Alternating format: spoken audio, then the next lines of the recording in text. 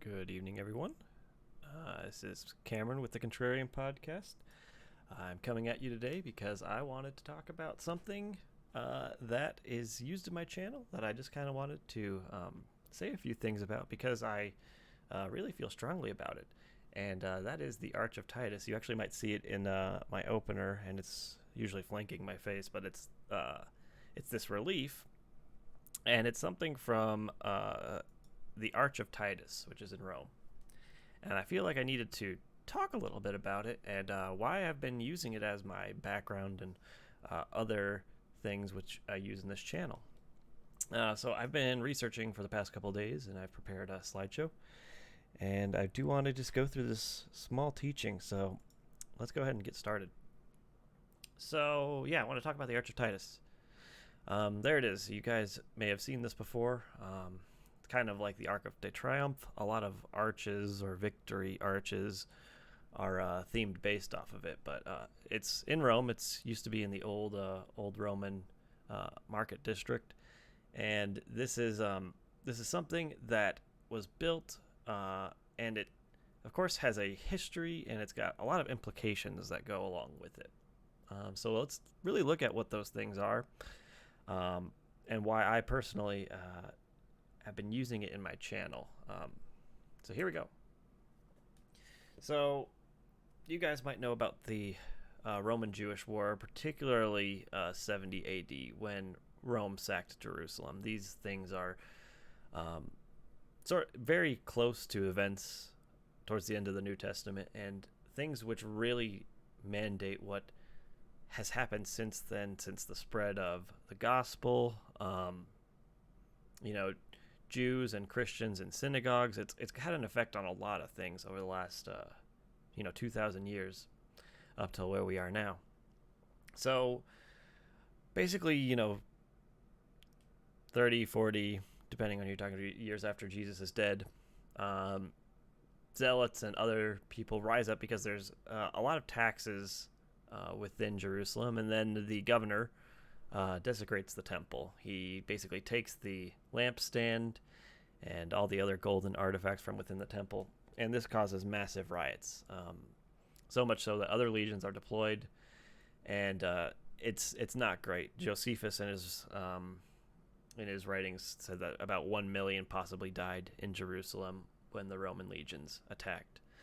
It led to the destruction of the temple, led to the sack of Jerusalem, and it spread Jews from Judea all across the Pax Romana, and all across into North Africa, into Europe, all the way into Spain. So it's not great. This is pretty terrible stuff that happened. Jesus, of course, told his followers about this. He says Jesus came up from the temple. He was going away with his disciples. Came up to point out the temple buildings to him, and he said to them, "Do you not see all these things? Truly I say to you, not one stone here will be left upon another, which will not be torn down." A lot of Christians, and particularly just those first followers of Jesus, really took these warnings well and were not within the city when the attacks happened. And consequently, actually, when Paul and all the original followers of Haderech, or people that followed the way, this sort of separate branch of Judaism, when they were not in the city, they were seen as traitors and were since then kicked out of the synagogue system. And so there's a bit of a division that starts happening immediately from then. I mean, talk about this. The temple's destroyed, right? What do you do? What does the priesthood do? What do the Sadducees do? How do Pharisees operate anymore? And these things start to transition into, rabbinic Judaism is what the Pharisees transition things into. But the Sadducees and the Pharisees, these things sort of go obsolete after the temple's destroyed. How do you have a temple service if there's no temple? How do you do any of the things which are commanded? So, it's not great. And then the Arch of Titus is built. There's another view of it. But when you see Jerusalem surrounded by armies, then recognize that the desolation is near. Those who are in Judea must flee to the mountains, and those who are in the midst of the city must leave, and those who are in the country must not enter the city. Because these are the days of vengeance, so that all things which are written will be fulfilled. So they remembered what Jesus said. So the Arch of Titus. It was commissioned in 81 by Domitian, whose father, Vespasian, he is the one who rode upon Jerusalem and sacked it and carried off all of the holy instruments of the temple. It commemorated his brother Titus, who was a co-ruler of Rome at the time. And it really just glorifies Vespasian's victory in the First Roman-Jewish War. And let's take a look at a couple of those images of those reliefs in there. So there's the first relief, and it's Vespasian entering Rome with his procession of, his army. And it's this great victory sort of march. And then on the other face is this thing, which you've seen before. And you can see right here, they have the menorah, which is the lampstand of the temple. And right here, possibly, and there's a recolored, possibly, and this might be the table of the showbread. So this is just an artist's interpretation of what it might have looked like when it was painted. Because most of these, classical works were painted, but the paint wears off over time. So it could have been the table of showbread, but we just don't know. But what you do see, at least, and it's pretty clear, is just this 7 candlesticked menorah. So it's not great, and there's not a great history involving this arch. The papal bull of 1555, cum nimis absurdum, which just means since it is absurd and utterly inconvenient that the Jews who through their own fault were condemned by God to eternal slavery. This was published in 1555 by Pope Paul IV, and it confined Jews to a Roman ghetto. And this is, in Italy is when they first started segregating Jews into ghettos, and this is where the origination of the term ghetto comes from. This papal bull also required Jews to wear yellow pointed hats and women to wear yellow scarves. In our 20th century, 21st century mindset, this sounds very familiar. It sounds a lot like what Hitler did in the 40s and 30s and 40s. Not to go too far on a rabbit trail, but he got a lot of his ideas from essentially the Catholic and Protestant persecution of Jews. There's compulsory attendance of Catholics to go to Catholic sermons on the Jewish Shabbat. They restricted Jews to unskilled jobs. They could not own property. And then this is a possible thing that happened that I am unsure of, but when you see what some of these things, what some of the rabbis say about it too, is that the Jews in Rome were required under oath to essentially affirm Catholicism under the Arch of Titus by the Papal States. And this continued, I couldn't really find exactly how long, but at least the ghetto continued until 1882. So almost, 300 years, over 300 years of time that this segregation of Jews happened. Now, in previous videos, I've talked about race. I haven't really talked about racism, and I know that people do racist activities, and they do make laws and other compulsory activities based on race. And this is, of course, a great example of that. Anything that, blood libel and all sorts of other things that Europeans and many other countries have just done to the Jewish people, to Brother Judah, has been, in a large part religious in a lot of ways, and in a large part it's just, pure evil, some of these things that have happened. So, and I'm only really mentioning this papal bull is because when I was looking up things about the Arch of Titus, these things are mentioned, and it's a regular occurrence. So it's not great history. So there's this really, really dark side to the Arch of Titus. We're nearing Tisha B'Av, and what Tisha B'Av means, it's the 9th of Av in Jewish tradition. And the 9th of Av is a date on the Jewish calendar, and it seems to signify calamities whenever these things happen.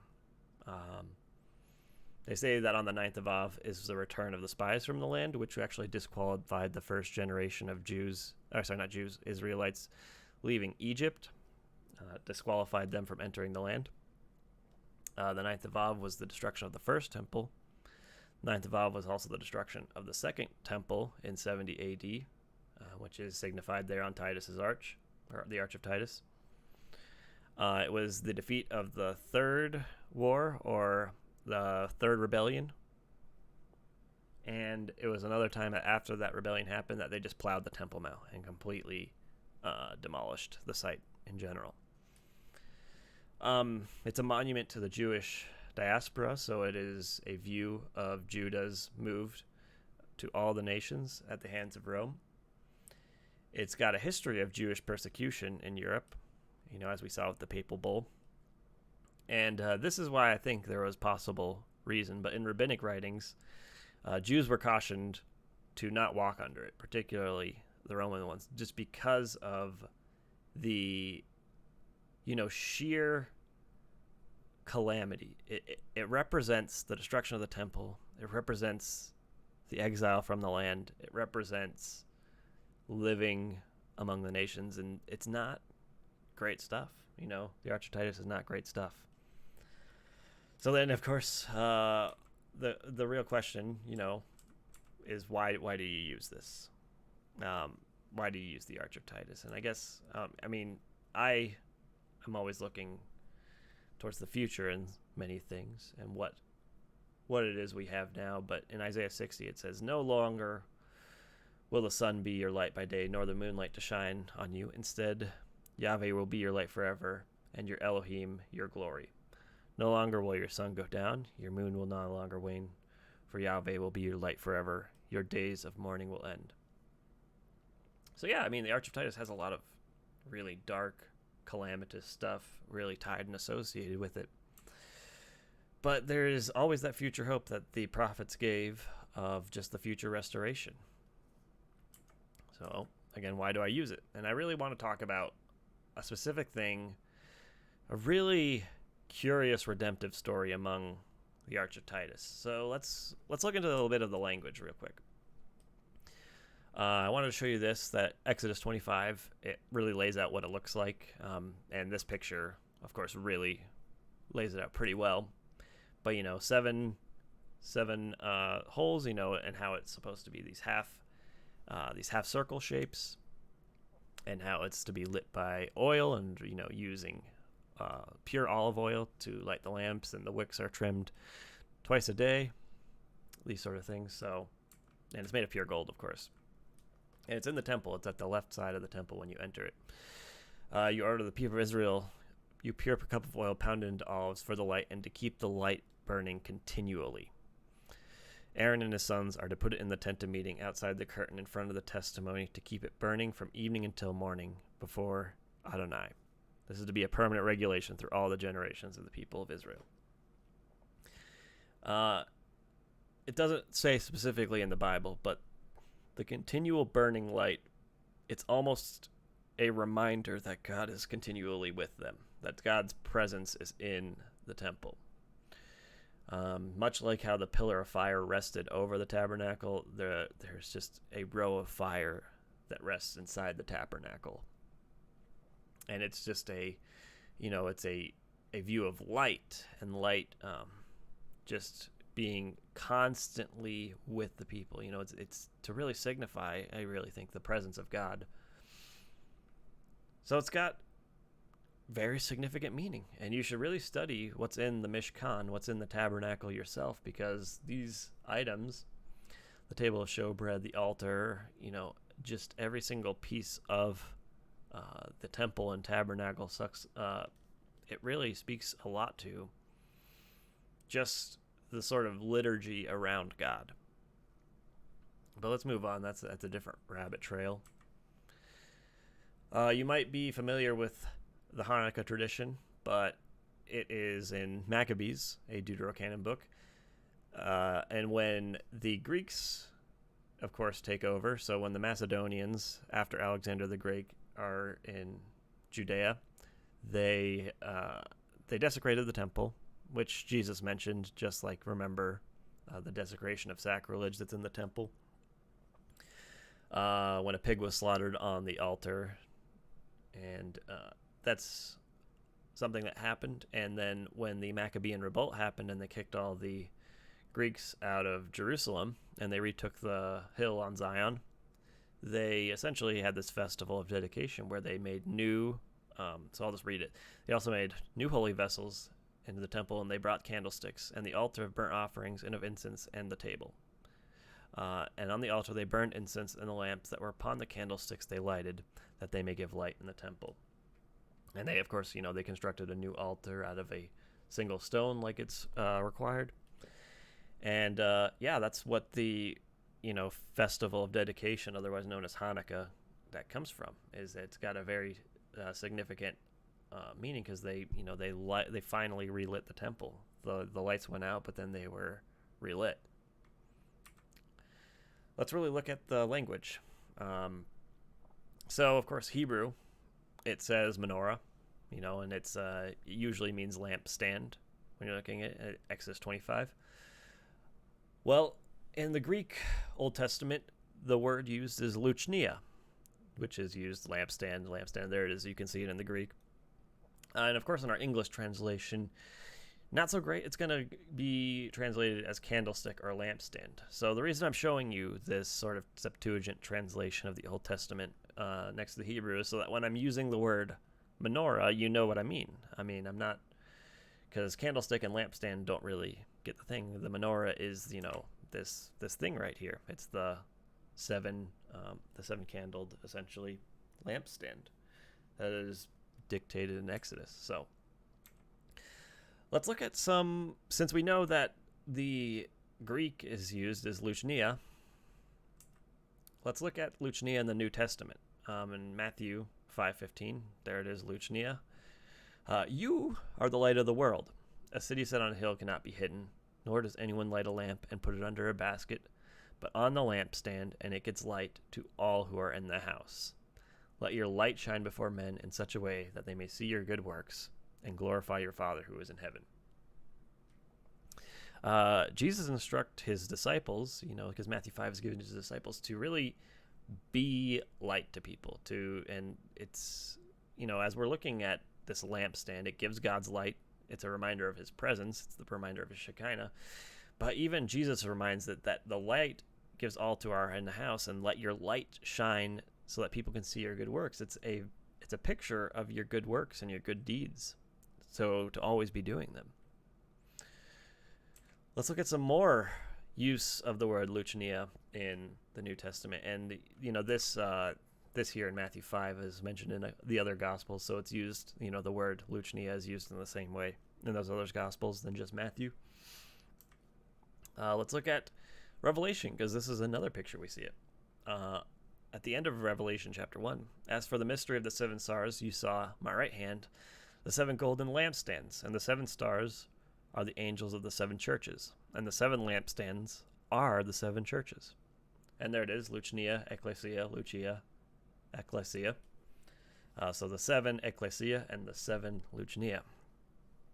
Now, I've always, of course, people will really breeze over this. Christians in particular are just going to really breeze over this one. When they read lampstands, they don't really get the picture of a menorah. But really, when they're mentioning menorah, it's a menorah in these churches, the seven churches mentioned. And so here's a question for you to really ponder in your own time. Why are they associating the churches with a menorah? That's something we can look into later, but it's a question for you to think about for now. It's the image of the church, and in Revelation 2, I think the first church it mentions, I can't remember it off the top of my head, but he's saying, the witness says, I will come and I will remove your menorah from its place if you don't turn from your sin. So I'll take that light away. And it's also the witnesses, the two witnesses that witness against the earth, and they'll prophesy for 1,260 days dressed in sackcloth. These are the two olive trees and the two menorahs standing before the Lord of earth. And it almost compares the menorahs to these two witnesses. So it's used, a few times in the New Testament, but really, a lot of people read that and they're not really thinking about a menorah. They're not thinking about this seven lamped instrument that sits in the temple. Let's kind of get back to the Arch of Titus. And really the redemptive story I think I see within this, this relief that's in it and why I use it. So this is the seal of the state of Israel, and it was, commissioned in 1948, and they were wondering what to put on it. And so I'm just going to read this whole thing real quick. Borrowing the menorah from the Arch of Titus would constitute the visual metaphor of an ideal prevalent in those years, just as the relief represented Titus's triumphal procession in Rome, stood for the destruction of the Jewish state in 70 CE. So its rebirth would be symbolized by the return of the menorah, if not to the temple, then to the newly born state of Israel. In other words, the menorah is returned from the Arch of Titus, where it symbolized defeat, humiliation, and disgrace, and is installed in the place of honor on the emblem to the state, the establishment of which is the testimony to the eternity of the Jewish people. In this way, past, present, and future are all linked in one symbolic motif. So they had a lot of entries about the debate for what to use as the state seal for the Jewish state of Israel. And they used, a lot of people submitted a menorah, and some were themed off of menorahs that were seen on the, essentially, tiles in a synagogue. But this one, the one that made it, is the one themed off of the one in the Arch of Titus. It's the same exact depiction. It's got that 2-layer there, and it's the artist used this one, and it's to symbolize the past, present, and future in one symbolic thing. The destruction of the Jewish state, but also the return. So it's an incredible story. And the thing is, many people have said it, they did not know what the lampstand looked like. There is, of course, those drawings on the synagogue floors, but using the one on the Arch of Titus, whether or not it was the actual one, it's got a crazy redemptive story that the Romans used it to signify defeat, but in the end, it's being used as victory. It's really, really a cool story. So why do I use the Arch of Titus? There's a few reasons I think I do it. One, the redemptive story of God is still at work. And this is from the end of Revelation. I saw no temple in it, for the Lord God the Almighty and the Lamb are its temple. And the city has no need for the sun or the moon to shine on it, for the glory of God has illuminated it, and the lamp is the Lamb. Number two, because in these times, monuments of great terror are being torn down and other things, but I'm reminded of this, that we are not at war with each other. For we are not struggling against human beings, but against the rulers, authorities, the cosmic powers governing this darkness, against the spiritual forces of evil in the heavenly realm. I'm not at war with people that disagree with me. I know I might have a lot of enemies now at this point too, but it's not really against them. It's against essentially the adversary and what he's doing in the world. Number three, light conquers darkness. The same way the menorah is lit. This is from, John chapter 1. A lot of people know it, but when you look at it in the way of what the menorah is and what it means, in him was life, and the life was the light of men. The light shines in the darkness, and the darkness did not comprehend it. The thing about light is that it disperses darkness, and Jesus is the light.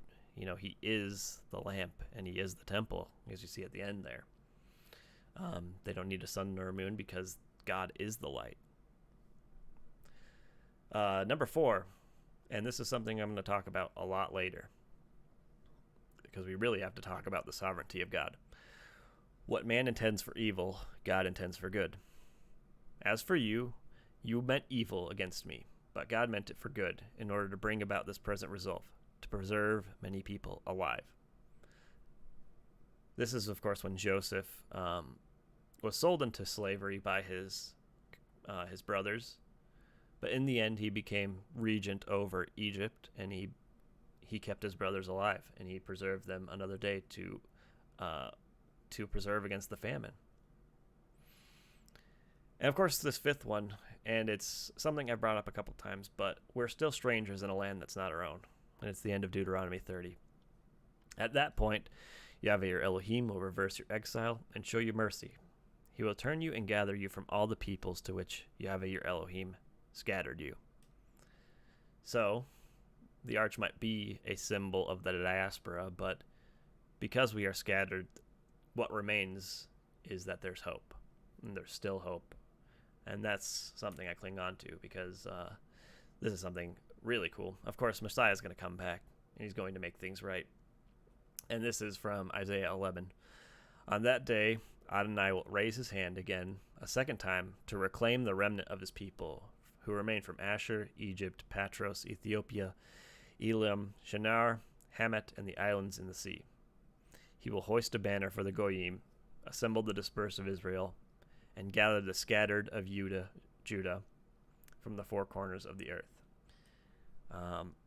Brother Judah, the house of Judah, has gone through a lot of persecution over the years. Some at the hands of those that believe, some from the hands of others. But it hasn't been great. What the picture is, and there's going to be a really great restoration where Brother Judah comes back together with Brother Israel, and the two branches come one.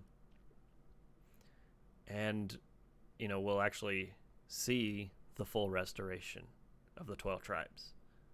We'll see something greater than, maybe a establishment of the Jewish state. We'll see, and Messiah is going to do it. He's going to gather a remnant. And I suppose that's another thing that you have to consider. It's always a faithful remnant. It's always just a faithful remnant that will remain.